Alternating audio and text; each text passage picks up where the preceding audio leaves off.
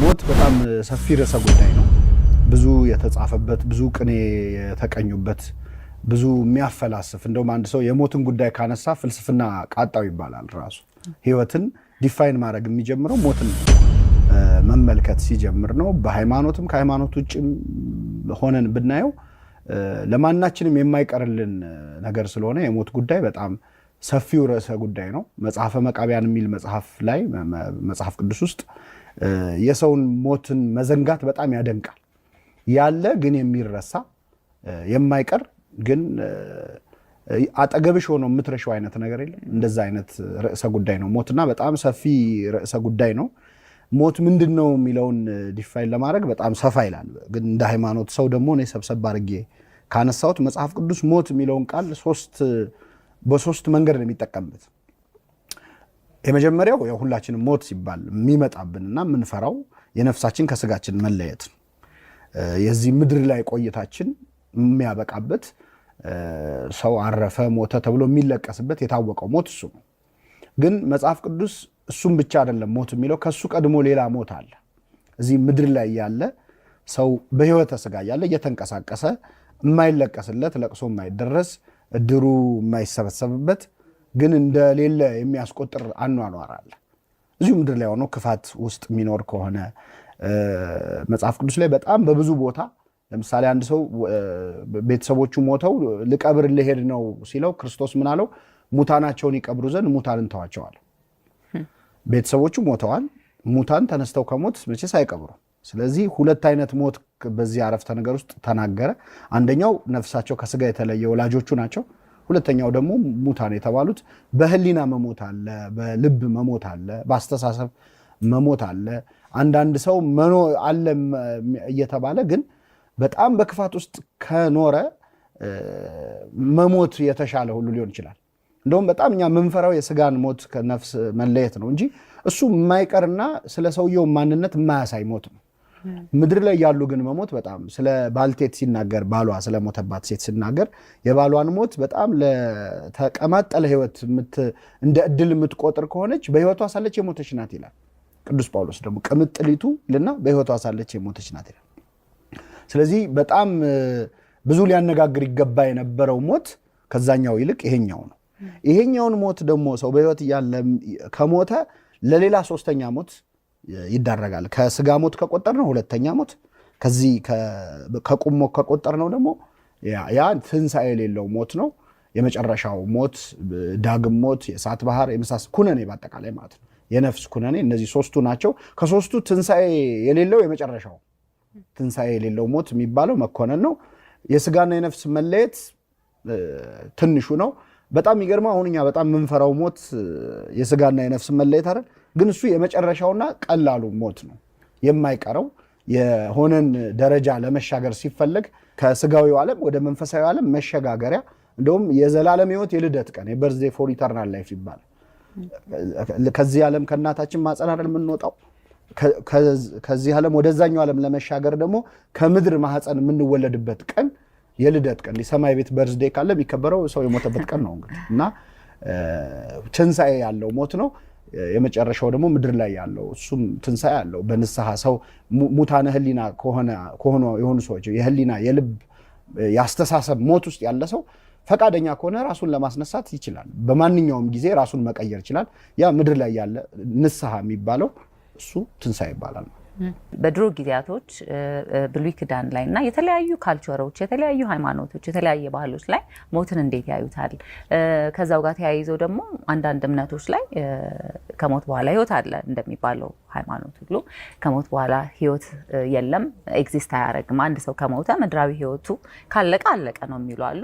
ከዛ ውጭ ደግሞ የሞቱ ሰዎች ደግሞ ወደ ቅዱሳን ይሆናሉ የሚባሉ አባባሎች አሉና እነሱን አንተ እንዴት ታያቸዋለህ? ሁሉም እምነት የሞትን ነገር ማለፍ አይችልም። ለምን? የሁሉም እምነት ተከታይ ስለሚሞት የሆነ ነገር የማለት ግዴታ አለበት። የትኛውም እምነት ማለት ነው። ባህላዊም እምነት ልትዩ ትችያለሽ፣ በክርስትናውም በአይሁድ እምነትም ብሉይ ኪዳንም አዲስ ኪዳንም ከዛ ውጪ ሌሎች ደግሞ ባህላዊ እምነቶችም የሆነ ነገር የሚሉት ነገር አለ። ከመጨረሻ ካነሳሹ ብጀምር ሞት ወደ ቅድስና ወይም ወደ ሃየር ቢንግ ባንቺ አገላለጽ ወይም የሆነ ወርሺፕ እስከመደረግ ድረስ የሚደርሱበት የተለያዩ እምነቶች አሉ።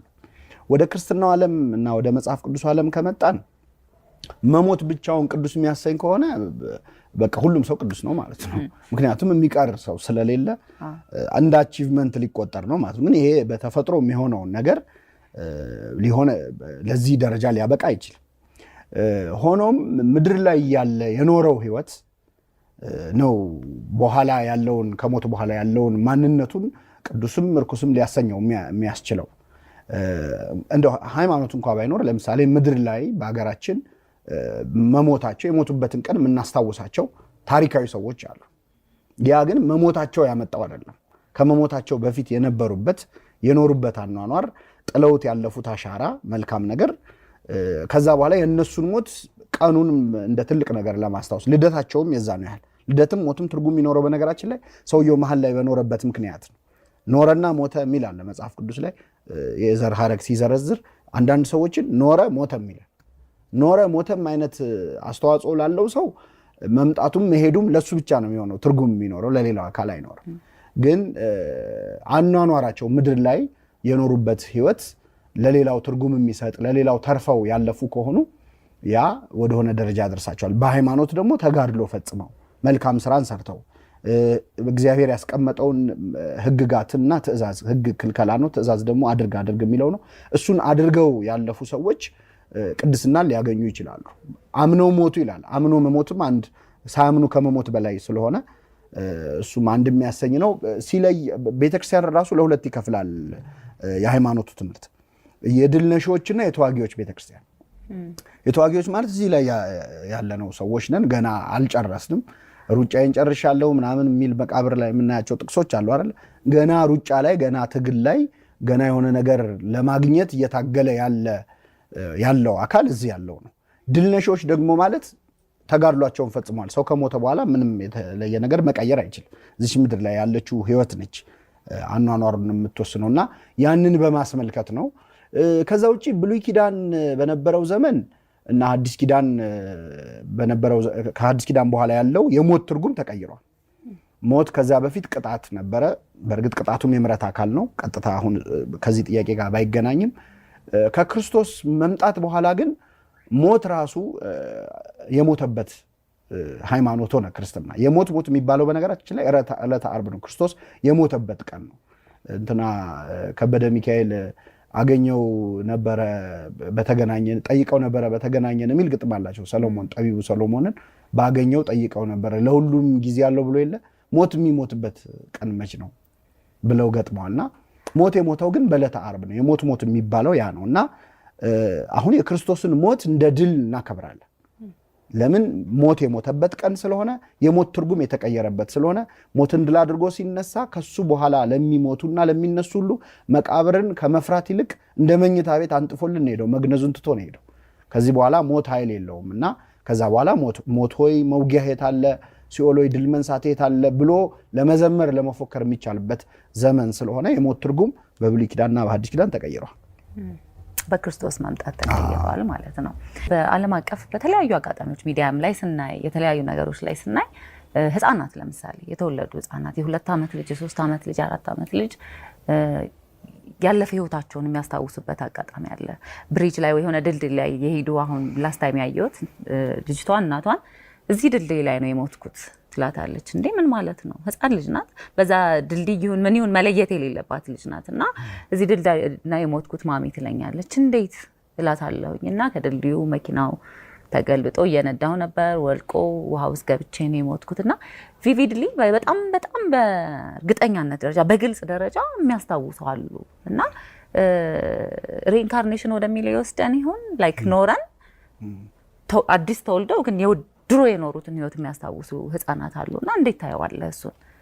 አዎ እኔም አንዳንድ ዶክሜንታሪዎች አይቻለሁ። በጣም አስገራሚ ገጠመኞች አሉበት። ይሄ ሪኢንካርኔሽን ወይም ሰው ድጋሚ መጀመሪያ ከነበረው ነፍስ ድጋሚ ድል ተሰጥቶት ድጋሚ በሌላ አካል ሰው ይሆናል የሚለው ትምህርት በክርስትናው ጨርሶ ተቀባይነት የለውም።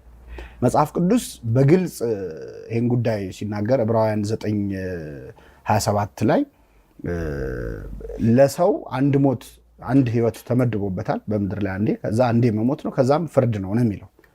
ስለዚህ ስለ አንድ ህይወትና ስለ አንድ ሞት ነው ምናምነው የሚሰበከው በክርስትናው ዓለም። እንደዚህ አይነት ነገሮች እንዴት ይታያሉ? ከምስራቃውያን በፊት ክርስትና ውስጥም በነገራችን ላይ ይህን ጉዳይ የሚያነሱ አካላት ተነስተው ነበረ። በተለይ በመጀመሪያዎቹ ክፍለ ዘመን ላይ ይሄ ፕሪ ኤግዚስታንስ ኦፍ ሶል የሚባል ኮንሰፕት ነበረ። ነፍስ መዝገበ ነፍሳት የሚባል የሆነ ቦታ አለ። ነፍሳት ቀድመው ተፈጥረው ተቀምጠው ከዛ እዚህ እየመጡ ነው ከስጋ ጋር የሚዋሃዱት እና ፓስት ላይፍ የነበራቸው ከዛ በፊት በሰሩት ስህተት እዚህ ምድር ላይ ሲመጡ ወይ ይቀጣሉ፣ ከዚህ በፊት ያቺ ነፍስ በሰራቻቸው ጥፋቶች ወደ ሁለተኛው እድል ሲሰጣቸው ይቀጣሉ፣ ወይ ዲፎርሚቲ ወይ ሌላ የአካል ጉድለት ምናምን የሚል አይነት ቲዮሪ የሚያስተምሩ ሰዎች ነበሩ። በክርስትናው ዓለም ተወግዘው የተለዩ ሀሳቦች ናቸው። ሪኢንካርኔሽንን አለማመናችን ሌላው ነገር መቅበራችን ነው። አሁን እንትን ያቃጥላሉ አስከሬን አይደለ? በምስራቅ በተለይ ሪኢንካርኔሽን የሚያምኑ አካላት ያቃጥላሉ። የሚያቃጥሉት ነፍስ ሪሊዝ እንድትደረግ ነው። ይሄ ስጋው ካለ ከዚህ ጋር ያላት አታችመንት ስለሚቀጥል ለቀጣዩ አካል ትራፕት እንዳትሆን ታስራ እንዳትቀር ይሄኛው እናቃጥልለት ነው። እኛ ግን የምንቀብረው ድጋሚ ነፍስ የምትዋሃደው ከዚህኛው ስጋ ከዚህኛው አካል ጋር ነው የሚቀበረው አካል ጋር ነው ከሚል እምነት ነው። ስለዚህ ፕራክቲካሊም አንቀበለውም ማለት ነው። እንዲህ አይነቶቹን ኬዞች እንዴት እናያለን? እንግዲህ ሞት ዩኒቨርሳል ነገር ነው አይደለ? ሁላችን ሞት አሁን አያከራክርም። ይሄኛው ጉዳይ ግን ሁላችንም ጋር አይከሰትም። አሁን እኔ ፐርሰናሊ ፓስት ላይፍ ኤክስፒሪየንስ የለኝም፣ አንቺም የለሽ ማለት የምታስታውሹ አብዛኛው ቢሊየንስ ኦፍ ፒፕል ይሄ ቢጠየቁ የላቸውም። ስለዚህ የተወሰኑ በጣም ጥቂት ሰዎች ናቸው እና የተወሰኑ ጥቂት ሰዎች በገጠመያቸው ገጠመኝ በአጠቃላይ ሁሉም ሰው ሪኢንካርኔትድ ነው ማለት ይቻላል ወይ? የእነሱን አይተን እንደዛ ማለት ከተቻለ ለምን የኛ ታይቶ አይደለም አይባል? እኛም አላይ አሁን እኔ ያን ኤክስፒሪየንስ አላረኩም። እንደኔ ያለው ሰው ዓለሙን ሞልቶታል። በጣም ጥቂት ሰዎች በገጠማቸው ገጠመኝ እንግዲህ ሞት ዩኒቨርሳል ስለሆነ ነው አሁን በእንደዚህ በዳታ ወይም በቁጥሩ መታየት አለበት ያልኩበት ምክንያት ሞት ሁሉም ሰው ይገጥመዋል። ግን እኛ የፓስት ኤክስፒሪየንስ ምንም የምናስታውሰው ነገር የለም። የሚያስታውሱት ሰዎች ግን በጣም ትንሽ ናቸው። ተመልካቾቻችን ዛሬ ከዲያቆን ሄኖክ ጋር ስለ ሞት ምንድን ነው እንዲሁም ደግሞ ቆየት ብለን ደግሞ የምንወዳቸውን ሰዎች ደግሞ በሞት ስናጣ እንዴት እንሆናለን፣ ሀዘን ምንድን ነው የሚሉትን ነገሮች እናወራበታለን። አብራችሁን ቆዩ። ምድር ላይ በምንቆየው ቆይታ እና በአኗኗራችን ምክንያት የምንኖርበትን ጊዜ ልናረዝመውም ልናሳጥረውም እንችላለን። ተመልሰናል። አብራችሁን ቆዩ። ሌላው ነገር ህይወት በአጠቃላይ እንግዲህ ስለ ሞት ስናወራ ህይወት ስላለ ነው። እያንዳንዱ ነገራችን ፕሪደስትንድ ወይም የታወቀ ነው ወይ የተጻፈ ነው ወይ እንደሚባለው የሄኖክ ህይወት፣ የዳጊ ህይወት፣ የሁላችንም ህይወት እስከምንሞትባት ደቂቃ ድረስ ያለችው ነገር እኛ እዚህ ላይ እንግዲህ እንሞክራለን፣ እንጥራለን፣ እንሮጣለን። አንዳንዱ በትምህርት፣ አንዳንዱ በስራ፣ አንዳንዱ በተለያየ ነገር ስኬት ላይ ለመድረስ የተሻለ ህይወት ለመኖር ልጆች ለመውለድ ትዳር ለመያዝ የመሳሰሉት አይነት የየቀን የህይወት ትግሎች አሉና ያንን ነገር ብዙዎቻችን እንከተላለን። እዛ ላይ መድረስ እንግዲህ የብዙ ሰው ዓላማ ነውና ግን ይሄ ነገር ኦልሬዲ የታወቀ የተጻፈ ነው ወይ? ኑሯችን እስከምንሞትበት ደቂቃ በቃ ዳጊ እንደዚህ ትኖራለች፣ እንደዚህ ትሰራለች፣ የሆነ በዚህ ቀን ደግሞ ትሞታለች ተብሎ የተጻፈልን ነገር አለ ወይ? ጥሩ ነገር ነው ያነሳሽው። አንደኛ አንድ ሰው አሁን በተባለው መሰረት የተጻፈለትን ብቻ የሚኖር ከሆነ ትወና ነው መሸለም ነው ያለበት። ጥሩ ተዋናይ ነው አንድ ሰው መቼስ ለተጫወተው ሮል መቀጣት የለበት። ስለዚህ እኔ የተጻፈልኝ ከሆነ የምሰራው ኃጢአት የምሰራው መልካም ነገር ኦልሬዲ ተጽፎ ያለቀ ከሆነ በጣም ከባድ ነው። ሼክስፒር ዓለም የቲያትር መድረክ ናት፣ እኛ ተዋናይ ነን፣ ደራሲው እግዚአብሔር ነው የሚለዋል። ግን ትክክል አይደለም። ቴዎሎጂካሊ በጣም ሮንግ ነው። ከሆነ ቅድም እንዳልኩሽ መሸለም ነው ያለበት እንጂ ሰው መኮነን የለበትም። ግን ያው ብዙ ጊዜ የተጻፈልንን ነው የምንኖረው። እንደውም በሀገራችን በጣም የብዙ ሰው አፍ ላይ የማይጠፋ አገላለጽ የ40 ቀን እድል ይላል። የ40 ቀን እድሌ ነው ይባላል አይደል ብዙ ጊዜ። እና የ40 ቀን እድል የሚባለው ምንድን ነው? ወይም እግዚአብሔር አስቀድሞ የጻፈውን ነገር ከሆነ የምንኖረው ምን መቀየር እንችላለን? ወደ ሞት ርዕሰ ጉዳይ ደግሞ ስናመጣው አንድ ሰው የሚሞትበት ቀን የተወሰነ በቃ በዚህ ቀን ይሞት ተብሎ ያለቀለት ነገር ከሆነ ለምንድን ነው የሕክምናው የሚለፋው? አንድን ሰው ትሪት ለማድረግ ለመርዳት የሚሞከርበት ምክንያት ምንድን ነው? ልፋቱ ምንድን ነው? ዞሮ ያለቀለቅ ጉዳይ ከሆነ ስለዚህ አብዛኞቹ ህይወትን ለማስቀጠል የሚደረጉ ትግሎች በሙሉ ትርጉም አልባ ይሆናሉ። ህይወትን የተሻለ ለማድረግ የተሳካ ህይወት ለመኖር የተሳካ ኑሮ ለመኖር ተማሪው ትምህርቱን፣ ሰራተኛ ስራውን የሚሰራው ኦልሬዲ የተጻፈለት ነገር የማይቀየር ከሆነ በጣም አስቸጋሪ ነው የሚሆነው። በጣም ባጭሩ ለመግለጽ የተጻፈልንን ነው የምንኖረው የሚል ትምህርት በክርስትናው ዓለም ወይም በቤተክርስቲያን በተለይ በኦርቶዶክስ ቤተክርስቲያን አስተምሮ የለም። ከዛ ነው መነሳት ያለብን። እግዚአብሔር አስቀድሞ ያውቃል ወይ? አዎ ያውቃል። አስቀድሞ ወስኗል ወይ? አልወሰነም። ፕሪደስቲኔሽን እና ፎርኖሌጅን ለይተን ነው የምናየው። እግዚአብሔር አስቀድሞ ያውቃል ማለት እንዲሆን ወስኗል ማለት አይደለም።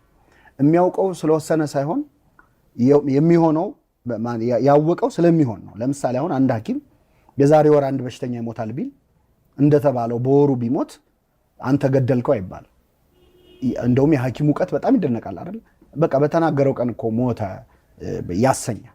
ስለዚህ አስቀድሞ በማወቅና በመወሰን መሃል ልዩነት አለ። እኔ አሁን አንድ ትልቅ ፎቅ ላይ ሆኜ ወደ ታች እያየው የትራፊክ ፍሎውን ባይ ሁለት መኪኖች ሊጋጩ ነው እያልኩ ቢጋጩ ያንተ ጥፋት አይሆን አንተን ያጋጨው ብለ ነበር። በእርግጥ አሟረትክ ይባላል። የኛ ባህል ትንሽ አስቸጋሪ ነው፣ ግን ከታች ስላየህ ነው አይባልም።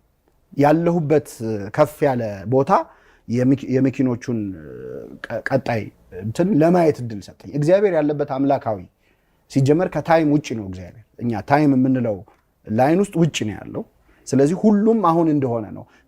ትናንትም ነገም ዛሬም የሚባለው በሱ ዘንድ አሁን ነው።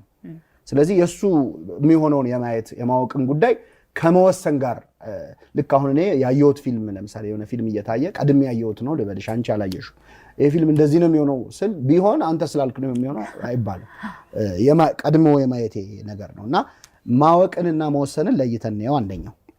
ከዛ ውጪ ምድር ላይ የሚሆኑት ነገሮች ለምሳሌ 40 ቀን እድል ይባላል አይደል?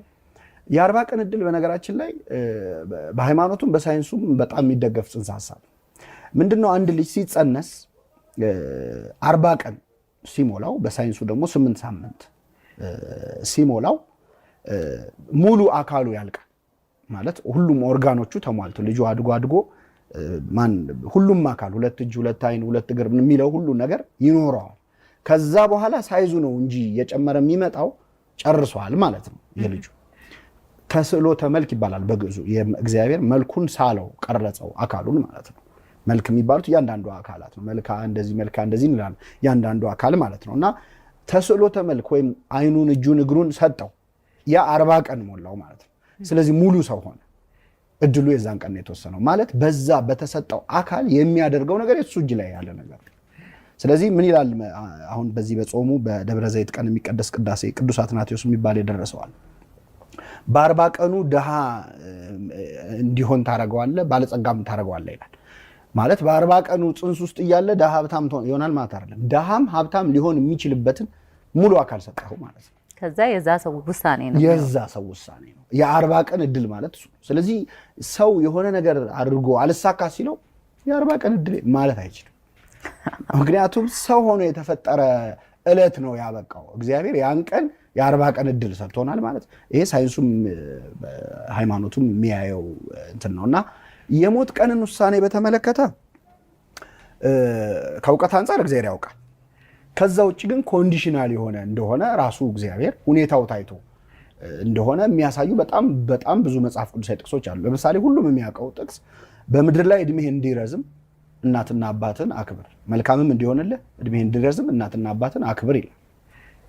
ኮንዲሽናል ውሳኔ ነው ማለት ነው። የኔ እድሜ እግዚአብሔር እድሜን እናትና አባቴን በማክበሬና ባለማክበሬ ላይ ያስቀምጦታል። እንደውም ከነ ዝርዝሩ ነው። በምድር ላይ እድሜህ እንዲረዝም አንድ፣ ከዛ ደግሞ መልካም እንዲሆንልህ። አንዳንድ የእድሜ ረዝሞ በጣም ሊታመም ሊሰቃይ ይችላል ሰው አይደለ? ባጠረልኝ እስኪል። ስለዚህ ሲሰጥ ምንድነው ያለው? እድሜህ እንዲረዝምና መልካም እንዲሆንልህ፣ መርዘሙም የመልካም እንዲሆንልህ እናትና አባትን አክብር።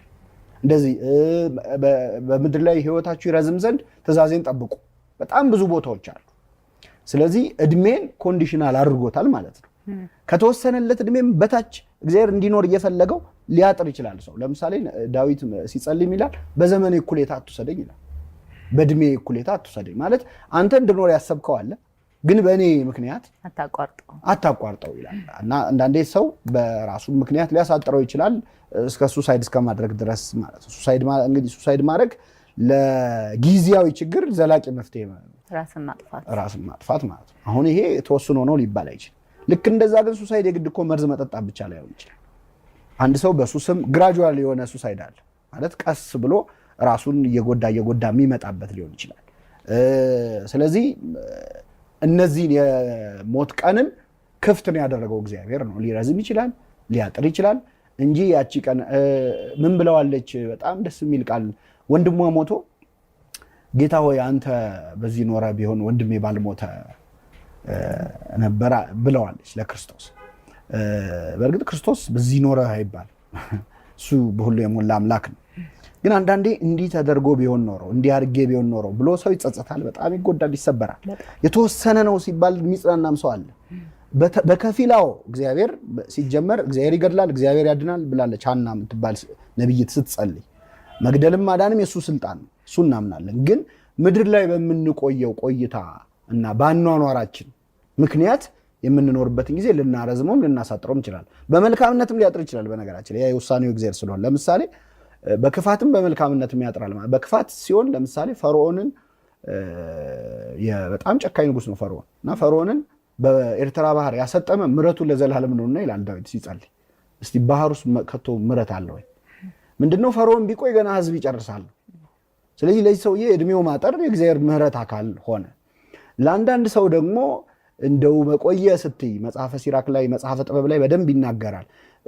ክፉ ከሚሰራባት ዓለም ቸኩሎ ሄደ ይላል።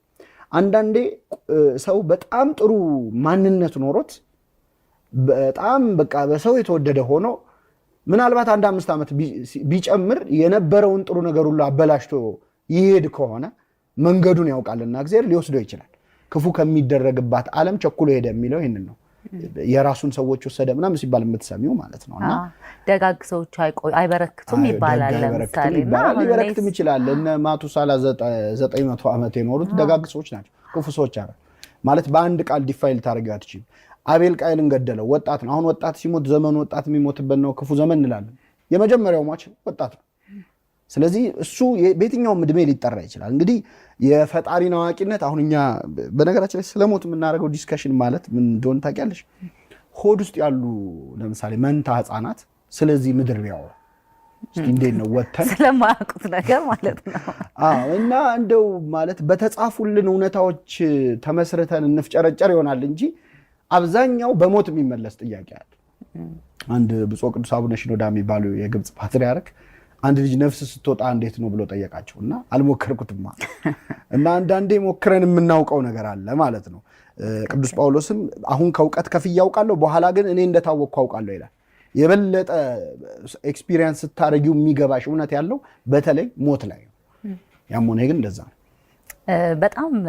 በጣም ደስ የሚል ነገር ነው እያልክ ያለሁ። ለምን አንደኛ ይሄ ሰበብ የምናደርገው ነገር የ40 ቀን እድሌ ነው የምንለው ነገር እንደማይሰራና የኛ ጥረት እንደሚያስፈልግ፣ ሁለተኛ ነገር ግን እድሜያችሁ እንዲረዝም ከፈለጋችሁ ትእዛዜን አክብሩ ሲል ለምሳሌ ከሃይማኖት እንኳን ብንወጣ ትእዛዛቶቹ ምንድን ናቸው? መልካም መሆን፣ አለማመንዘር፣ ራስን አለመጉዳት፣ የትራፊክ ህግ እሱም ማክበር የመሳሰሉት እንዲረዝም መኪና አይታችሁ ተሻገሩ ሊሆን ይችላል። በመጠጥ ራሳችንን አቢዩዝ የምናደርግ ከሆነ ኦፍኮርስ ጉበታችን ፈርሶ የመሞት ፖሲቢሊቲ ሰፊ ነው። በሲጋራ እንደዛ ከሆነ ሳምባችን እና ሎጂኩም ራሱ ከሃይማኖቱ ራሱ ወጥተህ ስታየው ሎጂኩም ሴንስ ይሰጣልና ለዩኒቨርሱ ህግ ራሱ መገዛት አንድ ነገር ኤግዛክትሊ ቢካዝ በቃ ሪሊጂየስ ግዴታ በጣም ሃይማኖተኛ ሰው መሆን አይጠበቅብህም እነዚህን ነገሮች ለማወቅ ነው። ሌላው ነገር እኔ አሁን በጣም በሞት ልቤ የተሰበረ ሰው ነኝ ለረጅም ጊዜ ታውቃለህ የኔን ታሪክ እና ለበጎ ነው ይባላል። ሞት የሃይማኖት አባቶችም ልክ አባቴ በ49 ዓመቱ ተቀብሮ አባቴ እንዲኖር ገና መመኘው አባቴ ወጣቱ አባቴ ለኔ የደከመው አባቴ ሞቶ ቄሶቹ እዛ ጋር ቆመው በቃ መጽናናት ነው ይሄ እግዚአብሔርን ያስከፋል እንደዚህ ማድረግ የለብሽም ሲሉን አለ ደቂቃም አልሰማኋቸውም። ፈርስት ኦፍ ኦል እግዚአብሔር የሚባለው ነገር አለ እንዴ ነው ያልኩት። ቢካዝ ቢኖር ኖሮ የኔ አባት እንደዛ የደከመውን አባት አይወስድም በዚህ እድሜው። ለምን እኔ ሞት ሳይሆን ችግሬ ያለ ጊዜው ሄደ የሚባለው ቅድም ልትገልጽ የሞከርከው ነገር አለና እሱን ስታስበው ያጣልሃል። ራሱ እግዚአብሔር ካለም ያጣልሃል፣ ክፉ ነው ማለት ነው ያስብላል። ወይም ደግሞ የለም እንጂ እንደዚህ አይነት መጥፎ ነገር እንዴት እንዲከናወን ያደርጋል እንላለን። ሞስትሊ እኔ እላለሁኝ እና ለበጎ ነው፣ ለብዙ ነገሮች ለበጎ ነው ብለን ልናልፋቸው እንችላለን። የምትወደውን ሰው በሞት ማጣት ግን ለበጎ ነው ከሚለው ውስጥ እኔ እስከዛሬ 7 ዓመት አልፎታል ነገር ግን እስካሁን እሱን አላምንበትም። እና ይህንንም ፕሮግራም የሚያዩ ሰዎች አሉ አሁን የሚከታተሉ የሚወዷቸውን አጠገባቸው የነበሩ ሰዎችን በሞት ያጡ ብዙ ሰዎች አሉና እኔ ያለፍኩት ጨለማ ጊዜ አለ፣ ዛሬ እሱን አልፌዋለሁ ተመስገን። እዛ ውስጥ ያሉ ብዙ ሰዎች አሉና እስቲ ከዛ ጋር እያይዘህ የምንወዳቸውን ሰዎች ስናጣ ምን ማድረግ አለብን? ስሜቱንስ እንዴት ነው የምናስታመመው?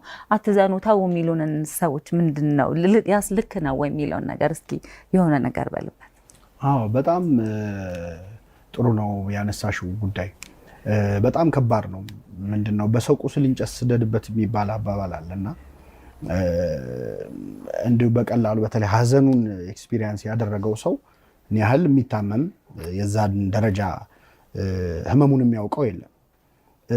ወደ ሃይማኖቱ አስተምህሮ ስንመጣ በመጀመሪያ ራሱ አምላካችን ኢየሱስ ክርስቶስ ሰዎች ሲሞቱብን ምን አይነት ሪያክሽን ሊኖረን እንደሚችል አሳይቶናል። እሱም አልዓዛርን የተባለ ሰው ከሞት ያስነሳበት ታሪክ ላይ እህቶቹ ቤተሰቦቹ መተው እየጮሁ እያለቀሱ ከበው ሲያይ በመንፈሱ ታወቀ፣ አለቀሰ። ከዛ ከ1 ሰዓት በኋላ ያስነሳዋል። ምናልባትም ከ30 ደቂቃ በኋላ ወዴት ቀበራችሁት አለ ይላል። አለቀሰ። ከዛ በኋላ አስነሳው። እንደሚያስነሳው ያውቃል፣ ግን ስቲል አዘነ፣ አለቀሰ። ምንድነው በድካማችን ሊራራልን የማይችል ሊቀ ካህናት የለንም፣ በነገር ሁሉ እንደኛ የተፈተነ ነው ይላል እግዚአብሔር። የሐዘኑን ጥግም ያውቀዋል፣ የሐዘኑን ጥግም ያውቀዋል። በኦርቶዶክስ ቤተክርስቲያን አሁን በጣም ለቅሶ ሲደርስ ብዙ ጊዜ ልብ ብለሽ ከሆነ ማርያም የልብን ሐዘን ታቀላለች የሚል መዝሙር ይዘመራል። በቃ ማርያም የሚለው ቃል ይበዛል ሐዘን ላይ። ለምን በምድር ላይ እንደ ክርስቶስ የተሰቃየና የሞተ የለም፣ እንደሱ ያለቀሰ የለም። ማለት የሱን ያህል መከራ የተቀበለ የለም ካልን የሷን ያህል ያዘነ የለም። የመጨረሻው መከራ ነው ከተባለ የመጨረሻው ሐዘን ነው ማለት ነው። ስለዚህ ቆማ እያንዳንዱን ስቃይ ስላየች የሷን ያህል ህመምን የሚረዳ ፍጡር ስለሌለ ማርያም የልብን ሐዘን ታቀላለች፣ አጽናኝኝ፣ አረጋጊኝ የሚሉ መዝሙሮች የሚበዙት ከድንግል ማርያም ጋር የተያዘ ሐዘንተኛ ስለሆነች ነው፣ በደንብ ስለምታውቀው ነው። የሷ ደግሞ ከፍ የሚለው ምንድነው? እንዴት እንደሚሞት በነፍሷ ሰይፍ እንደሚያልፍ ቀድሞ ተነግሯት ገና ሲያድግ ጀምሮ ነው እየተጠባበቀች የነበረው ያንን ሞት እንደሚሞት። አብርሃም እንኳን ልጁን ሊሰዋ መንገድ እየሄደ እኮ 3 ቀን 3 ሌሊት ሊሰዋው እንደሆነ እያሰበ 3 ቀን ተሰቃይቷል። እሷ 30 ዓመት ተሰቃየችው። ስለዚህ እንደው ጨርሶ የማይረዳ አድርገን አንየው ሃይማኖቱን። የሐዘንን ጥግ እግዚአብሔር በደንብ ይረዳዋል። ከዛ ባሻገር ሐዘንን በተመለከተ የሚገርመው በደንብ እንድናዝንም ተፈቅዷል። ማለት አንዳንዴ ያልወጣ ሐዘን ህመም መሆን የሚችልበት ፖቴንሻል አለው። ያንን በደንብ መጽሐፍ ቅዱሱ በደንብ ይረዳል። ከመጽሐፍ ቅዱሱ በፊት የመጀመሪያው ሐዘንተኛ አዳም ነበር። አዳም ልጁን አቤልን ቃየል ወንድሙ ገደለበት እና በጣም የሚገርመው በገድለ አዳም ላይ በጣም አስገራሚ ታሪክ አለ።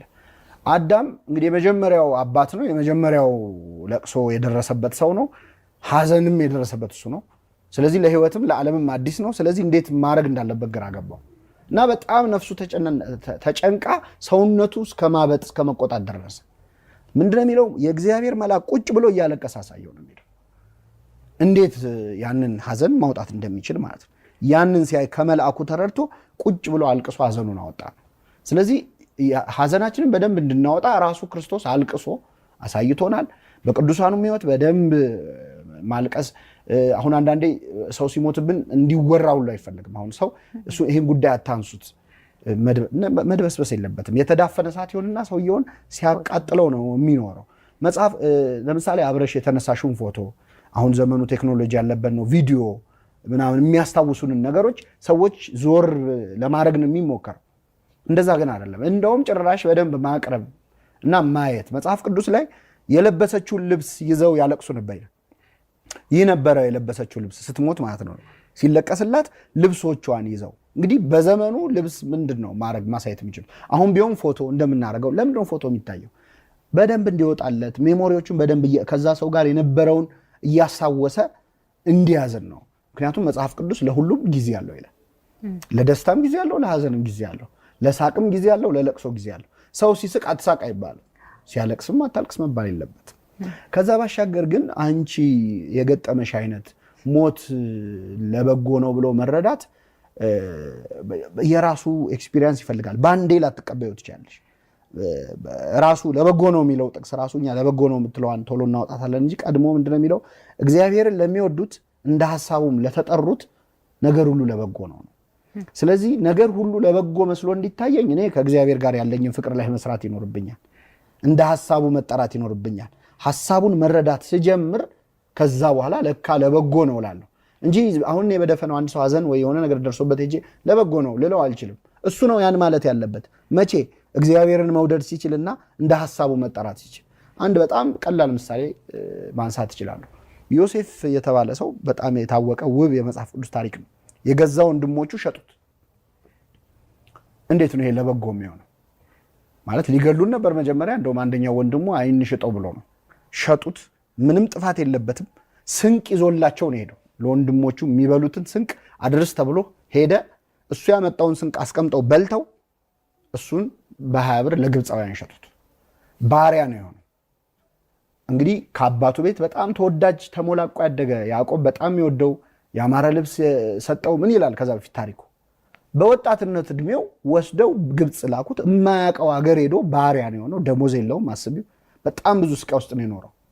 ከዛ ከብዙ መከራ በኋላ ደግሞ የተቀጠረበት ቤት ሴት ለዝሙት አስቸገረችው። እምቢ ሲላት ፈጣሪን ፈርቶ ደፈረኝ ብላ ከሳው እስር ቤት ገባ። ይህስ እንዴት ነው ለበጎ የሚሆነው? እያንዳንዱን ታሪክ ስታዩ ስቃይ ነው። መጨረሻ ላይ የሆነ ሰው ህልም ፈቶ ቤተ መንግስት ገባ። የንጉሱን ህልም ፈታ። ከዛ ሾመው። ወንድሞቹ መጡ ይላል። ከብዙ ዓመት በኋላ ረሃብ መጣ። ረሃብ እንዴት ነው ለበጎ የሚሆነው? ግን ለበጎ ሲሆን መጨረሻ ላይ ምን ይላል? ወንድሞቹ ይቅርታ ብለው ሲጠይቁት ይቅርታ አረኩላችሁ ሲላቸው አላመኑም፣ ፈሩት። ጠብቆ ሊገለን ይሆን ብለው እና አባታቸው ሲሞት ራሱ መጡና ምን አሉት? እንደው እባክህ እንዳይገላቸው ፈርተው አባታችን ሊሞት ሲል አደራ ይቅርታ አድርግላቸው ብሎሃል ብለው መጥተው ሲነግሩት አለቀሰ ይላል። እንዴት ይቅር አልላችሁም ብላችሁ አሰባችሁ ካለ በኋላ ዋና የፈለግኳት እችን እናንተ ለክፉ ብላችሁ ሸጣችሁኝ፣ እግዚአብሔር ግን በረሃብ ዘመን ለህዝቡ ምግብ ለማዘጋጀት ለዚህ ቀን አሰበው ይላል። እና እኔ ባላለቀ ስዕል ላይ አስተያየት ልሰጥሽ አልችልም ነው የምልሽ። በህይወት ውስጥ የሆነ ጊዜ የደረሰብን መከራና ሐዘን ለምን እንደደረሰ ሰው ሊያብራራልን አይችልም። እግዚአብሔር ግን በሆነ ሰዓት ለበጎ ነው የምንልበት ፍቅር ላይ ስንደርስ በራሳችን መንገድ እንዲህ ባይሆን ኖሮ እኮ ትንሽ ቢቀድም ኖሮ ትንሽ ቢከተል ኖሮ ይበላሽ ነበር የምንልበትን እውነታ ለእያንዳንዳችን ይሰጠናል። ያንን ዝም ብሎ ለሁሉም ሰው የሚሆን መልስ መስጠት አይቻልም። ግን ወደኋላ ስትያው ዮሴፍ ወደኋላ ሲያየው ነው ታሪኩን ለዚህ ቀን ነው ለካ ምናልባት ያ አንቺ በጣም ባልጠበቅሽው ጊዜ የደረሰብሽ መከራ የሰራሽ ማንነትም አለ። እሱ ምንም ጥያቄ እና ለምሳሌ አንድ እንቁላል ውስጥ ያለን ጫጩት ያለ ጊዜው በመታው ባወጣው እንቁላል ጠብሼ ልበላ እችላለሁ እንጂ ጫጩት ሊሆን አይችልም። ጊዜውን ፈቅዶ ደግሞ መውጣት ካቻለ ሊበር ይችላል። ንስር ምን ታደርጋለች? እንቁላል ከጣለች በኋላ ልክ ጫጩት ከጣለች ጫጩቱ ከተፈለፈለ በኋላ እዛ ዙሪያውን በሾህ ታጥሯለች። ለምን? ኮምፎርታብል እንዳይሆን እና ሲያመው እንዲህ ሲል ሲሸሽ ክንፉ እያደገ እየጠነከረ ይመጣል። ከዛ ክንፉ መጠንከሩን ስታቅ ምን ታደርጋለች? ቤቱን ታፈርስበታለች። ንስሩ ሲፈርስበት ተከሰከስኩኝ ብሎ ይሄዳል፣ ይበራል ማለት ነው። እግዚአብሔር አንዳንዴ ሊያጠነክረን የሚያጥራቸው ሾሆች አሉ። በእኛ ስርዓትን እንድማር ያስጨነከኝ ለመልካም ሆነልኝ ይላል ዳዊት።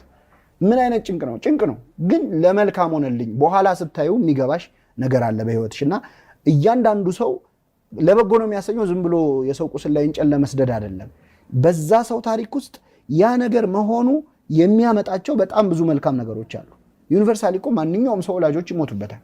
ጨርሶ ወላጅም የሌለው ይኖር ይችላል። ወላጅም ኖሮት በወላጁ ደስተኛ ያልሆነና ኖረ ሞተ ምን ያደርግልኛል የሚልም ይኖራል እኮ። ሚስ የምታረጉ ወላጅ ማግኘትም እኮ አንድ ነገር ነው። እና እኔ አሁን ይሄ የሚባል መልስ ልሰጥ አልችልም፣ ግን ሀሳቡ ይሄ ነው። በተለይ አሁን እንደነ ዮሴፍ አሁን እንደሰማናቸው አይነት ታሪኮች አትሊስት አልሞቱም። አት ዘ ኤንድ ኦፍ ዘ ዴይ ስላሉ በህይወት ምንድነው የሚባለው ያልሞተ ሰው ይገናኛል ነው።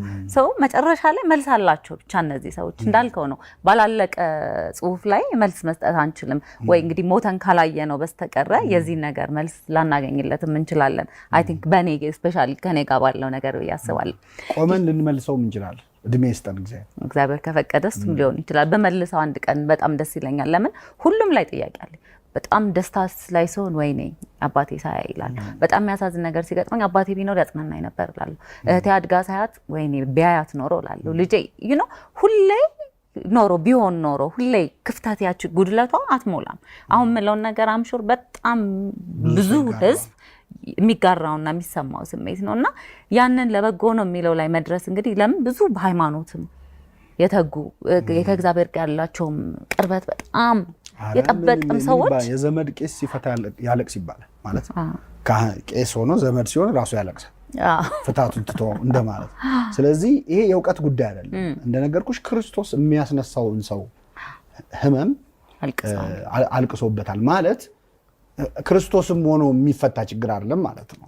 በዚህ ደረጃ ማዘኑ ከዛ ውጪ ግን ሂደት የሚመልሳቸው አንዳንድ ለካ እግዚአብሔር አዋቂ ነው የሚያሰኝ ነገሮች ገጠመኞች አሉ። አሁን በጣም የዜና አበው የሚባል መጽሐፍ አለ። ያው ረጃጅም ታሪኮች ስለሆኑ ነው ማላነሳቸው እንጂ አንዳንድ ታሪኮች በጣም ለተደረገባቸው ክፉ ነገር እንዲያመሰግኑ የተገደዱ ሰዎች በህይወቴ መጣብኝ ለሚሉት መጥፎ ነገር ያ መጥፎ ነገር ሰርቷቸው አልፎ በእነሱም ብቻ ሳይሆን በሞተውም ሰው የሞተውን ሰው በምን እንግዲህ ነገርን ሁሉ በጊዜው ውብ አድርጎ ሰራው ሲባል አበባውን ሜዳውን ሳር ቅጠሉን ማለት ብቻ አይደለም። ይሄንንም ነው እኛ መጥፎ ናቸው ምንላቸውንም ነገሮች ጭምር በጊዜው ነው የሚሰራቸው። ተመልካቾቻችን ዛሬ ከዲያቆን ሄኖክ ጋር ስለ ሞት ምንድነው እንዲሁም ደግሞ ቆየት ብለን ደግሞ የምንወዳቸውን ሰዎች ደግሞ በሞት ስናጣ እንዴት እንሆናለን፣ ሀዘን ምንድነው የሚሉትን ነገሮች እናወራበታለን። አብራችሁን ቆዩ። ተመልሰናል። አብራችሁን ቆዩ። ሌላው ነገር ጤነኛ የሆነ ስለሞት ማሰብ ላይክ ስለሞት ስናስብ ሁሌ ፍርሃት ጭንቀት ነው። አረን ሰው እንዳይሞትብኝ ወይኔ ሲያሳዝኑ ጉዳቸው ፈላ አባታቸው ሞታችንን ስናስብ እኔ ምን ሁሌ እላለሁ ለራሴ የሚሰራልኝ ነገር እንዳልከው ቅድም አሁን የአባቴ ሞት ዛሬ የሆንኳትን ልጅ እንደሆን አድርጎኛል። አሁን እኔ ከዛ ከጨለማው ጊዜ ከወጣሁ በኋላ አባቴ በህይወት ቢኖር ኖሮ እንደሆን የሚፈልገውን ነገር የሚያስደስተውን ነገር ለመኖር እሞክራለሁ። ግን ሞትን ማሰብ እላለሁ ደግ ያደርጋል እላለሁ። ሞት እንዳለ ስታቅ ይሄ ክፋቱ፣ ምቀኝነቱ፣ መጥፎ ነገር ማድረጉ በቃ ነገ ምን ሞት ሰዎች ነን። ስለዚህ ዛሬ የተሻለ ኑሮ ብንኖር የተሻለ መልካም ስራ ብንሰራ ዘረኝነቱ አሁን የሚከናወነው ዓለም ላይ ያለውን ነገር በሙሉ ለፓወር፣ ለገንዘብ፣ ለስልጣን የምንሆነውን ነገር በሙሉ ይቀንሳል። ወይ ነገ ሞት ሰው ነኝ ዛሬ ለምን መልካም ሰው በሆን ይሻል። ከሃይማኖቱ ራሱ ወተን ብናየው እንደዛ ብዬ አስባለሁ። እና ሞትን ስናስብ ጤነኛ የሆነው መንገድ ምንድነው ትላለህ አንተ? በነገራችን ላይ አንድ እንደ በጎ ልክ ጾም፣ ጸሎት ምናምን የሚባሉ በጎ ልምምዶች ውስጥ የሚቆጠረው አንዱ ሞትን ማሰብ ተዘክሮተ ሞት ይባላል። ራሱ ሞትን ማሰብ እንደ ቨርቹ ነው የቤተክርስቲያን መጽሐፍት የሚገልጸው። ሞትን ማሰብ መቻል ራሱ እንደ ጸሎት ነው። ሰዎችን በጣም በጥሩ መንገድ ሲያመጣቸው ስለሚታይ በጣም እንግዲህ በጥልቅ የህይወት ዘመን ኮሚትመንት ያለው መንፈሳዊ ህይወት ለመኖር የወሰኑ ለምሳሌ የመነኮሳት ህይወት ስታይ አንድ መነኩሴ መነኮሰ ማለት ሞተ ነው። ፍታት ተፈቶ ነው ወደዛኛው ህይወት የሚገባው። 40 አውጥቶ ነው 40 ደግሶ በህይወቱ ሳለ ማለት ነው። እና የሚገነዙበትን ልብስ ይዘው ነው የሚዞሩት በመሄዱበት። ያን ያህል ተቀብለውታል። ከመቀበልም አልፈው ተዘጋጅተዋል። እና የሚሞቱበትን ቀን በጉጉት ነው የሚጠብቁት። ለምን? ቀድመው ሞተዋል። ለዛች ቀን ቀድመው ስለተዘጋጁበት። እና ሌላ ቦታ ይለቀሳል። ገዳም ብቻ ነው የማይለቀሰው። ወደ ሞት ሄደ ተብሎ አንድ ሰው የማይለቀሰው። እና ሞትን ማሰብ በጣም በጣም ከፍተኛ ጥቅም አለው። አስታውሰኝ የሚል ነበር አሌክሳንደር ዘግሬት ታላቁ እስክንድር ጠዋት ሰው ቀጥሮ ነበር ይባላል። ከእንቅልፉ ሲነቃ ትሞታለህ የሚለውን ነገር ማስታወስ በጣም ብዙ ጠቀሜታ ስላለ፣ ምክንያቱም ካለው ፓወር ካለው ህይወት ካለው ትልቅነት ማንነት እንደፈለገ መሆን ይችላል። በየገዳማቱ አሁን በዓት የሚባል ማለት ጸሎት የሚያደርጉበት የየራሳቸው ሴል አለ አይደል? እዛ ውስጥ የቅዱሳን አጽም ይቀመጣል። ለሌሎቹ ለበረከት ለጸሎት ነው። አጽም ሙት ሲያስነሳ ሁሉ መጽሐፍ ቅዱስ ላይ የኤልሳ አጽም ሙት አስነሳ የሚል ተጽፏል ለበረከቱ። ለነሱ ግን እዛ ላሉት ሰዎች ግን ሁሌ ባዩት ቁጥር ነገ ያንን መሆናቸውን ያስታውሳሉ። ሞትን ማሰብን የመሰለ በመንፈሳዊውም በስጋዊውም በጣም የሚያፈላስፍ የሚያረጋጋ ሰው ቀብር ደርሶ ሲመጣ እኮ የሚያገኘው የነፍስ መረጋጋትና ነገ እኔም ወደዛው ነኝ የሚል ራስን የመመልከት እድል በጣም ቀላል አይደለም። ብዙ ቦታ ከመሄድ ሰው መቃብር ቦታ መሄድ ትልቅ ላይብረሪ ነው። አንደኛ ምንም ዲስትራክሽን የሌለበት ጸጥ ያለ፣ እዛ መቃብር ቦታ ላይ ብዙ አይነት ሰዎች አሉ። ዓለምን ያንቀጠቀጡ ሰዎች አሉ፣ ቢገናኙ የሚጋደሉ አብረው ሊተኙ ቀርቶ ማለት ነው። በጣም አሁን ወደ ስላሴ ምናምን ስቴጂ በጣም በኢትዮጵያ ታሪክ ውስጥ በጣም ብዙ አይነት ሰዎች ነው የተቀበሩት እና ሀያላን ሁሉ ተናጋሪዎች ዝም የሚሉበት ቦታ ነው። በጣም ኦራተርስ የሚባሉ ንግግራቸው ብዙ ለውጥ ያመጣ ሰዎች ተኝተዋል። ያን ማየት አንደኛ ሀምብል ያደርጋል። ሰዎች በጣም ብዙ ውብ የነበሩ ሰዎች እንደ ቅጠል ረግፈው ማየት ሰዎች በውበታቸው እንዳይመኩ ያደርጋል። ስልጣን ላይ የነበሩ አገር ያንቀጠቀጡ ሰዎች ወድቀው ማየት በስልጣኑ ሰው እንዳይመካ ነገ አፈር እንደመሆኑን የመሰለ ራስን የማስታወሻ መንገድ የለም እና ለመልካምነትም እድል ይከፍታል። በእርግጠኛ ሞኞች ነን። ቀብር ላይ ቆመን እናቅዳለን እኮ የሚገርምሽ፣ ቀብር ላይ ከዚህ 12 ሰዓት እንላለን። ግን በዛውም እሱን አያይዘህ እስኪ ብታወራው ይሄን ምንድን ነው እንዲህ እንድንረሳው የሚያደርገን ከሃይማኖቱ አንጻር አውቃለሁ። በእርግጥ ግን እንደዚህ አይነት ዲዛይን የተደረግነው እርስት እንድናረገው ቀብር አለብኝ ግን ከዛ ቀጥሎ ሚቲንግ አለብኝ እስክንል ደረጃ ወይም ፓርቲ አለብኝም ሊሆን ይችላል ማታ ላይ በርዝዴ አለብኝ እስክንል ዲዛይን የተደረገው የሰው አይምሮ እንዴት ነው? በጣም ጥሩ ነገር ነው ያነሳሽው። ዲዛይን የተደረገ የሚለው በቃ እንደዛ ዲዛይን ስለተደረገ ነው። ሲጀመር ለመሞት የተፈጠረ አይደለም። ሰው ለመኖር ነው የተፈጠረ። ለዛን ማንለምደው ሞትን ለመሞት የተፈጠረ ቢሆን ኖሮ ሰው ውስጡ ያምነዋል ይቀበለዋል እንጂ መኖር ነው እንጂ መሞትን አይምሮ ላይ ይመጣ።